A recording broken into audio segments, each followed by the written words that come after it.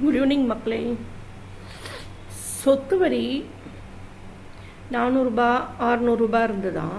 இப்போ 2500 கேட்குறாங்களா. 10 மடங்கு ஏறிடுச்சு. ஏறினா ஏறின் போது எந்த இலவசமும் வேணாம், எந்த ஒரு இதுவும் நலத்திட்டங்களும் வேணாம், எங்களுக்கு விஜய் மட்டும் ஆட்சி செஞ்சால் போதும்னு சொல்லி மக்கள் பெண்கள்லாம் எவ்வளோ ஆசைப்படுறாங்க. இதை செய்ய மாட்டிங்களா? விஜய் சார் சிஎம்மாக இருக்கிறதுக்காக சொத்து வரி என்ன, வீட்டு வரி, தண்ணி வரி, தர வரி என்ன, எல்லா வரியும் நீங்கள் தூங்கி எழுந்தா 24 மணி நேரம் வீட்டில் இருக்கிறதுக்கு அந்த வரி எல்லாமே கட்டுங்க. அவருக்காக எல்லாமே தாங்கிக்கிறாங்கல்ல. அப்புறம் என்ன 3 மாதம்தான் ஆச்சு, அதுக்குள்ளே அவர் அவ்வளோ கஷ்டப்படுத்துறீங்க.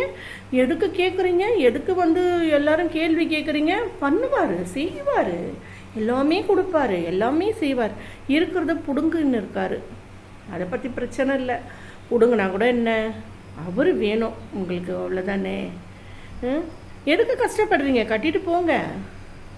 யாருக்காக கட்டுறீங்க?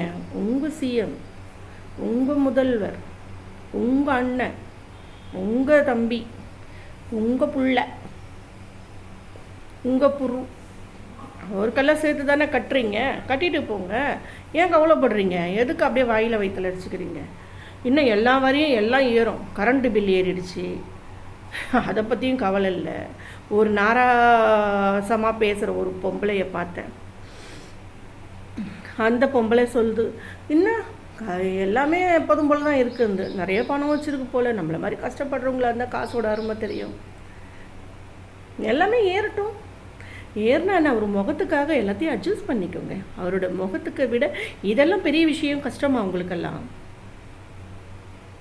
ஆட்சி மாற்றம் வந்தால் இதெல்லாம் மாறிடும். அதனால் நீங்கள் இப்படியே இருந்து எல்லா வரியும் அதிகமாக கட்டுங்க, சரியா? அப்போ தான் நல்லது. அவர் ஆட்சி செய்யணுன்னா எல்லாத்தையும் நீங்கள் அட்ஜஸ்ட் பண்ணி தான் ஆகணும். சம்பாதிக்கிறத பாதி பசி சாப்பிடாதீங்க.